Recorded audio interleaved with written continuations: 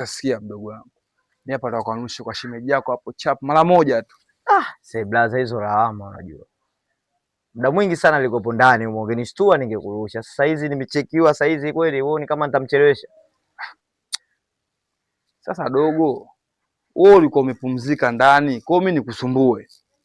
Kweli kaka, lakini wewe mimi ni mdogo wako na una haki ya kuniita muda wote na uniambia chochote.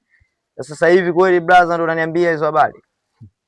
Yaani ndo maana kila siku mimi nasemaga, mdogo wangu wewe unadharau, alafu dogo wewe una roho ya hivi, yani una roho mbaya. Watu wananibishiaga. Sasa mimi kaka yako kunirusha tu hapa kunipeleka kwa shemeji yako, unaona wivu, unanikatalia. Wakati wewe unaingizaga madem kibao ndani mimi nakuangalia tu. Kwa hiyo mimi kaka yako nishindo kwenda kwenye mizunguko yangu wakati bodaboda anaendesha wewe? Hamna, sio hivyo kaka. Sasa sikia sasa. Unanipeleka au tuvunje undugu? Hamna, mimi sihitaji atokea. Kwanza wabili yako unomfuata huko bei gani? Analipa 1000 tu. 1000? Kwa hiyo 1000 ndio uvunje undugu kati yangu mimi na wewe? Hamna. Chagua sasa, unanipeleka au unafuata buku lako? Fresh lakini blaza, hamna noma, tondoke.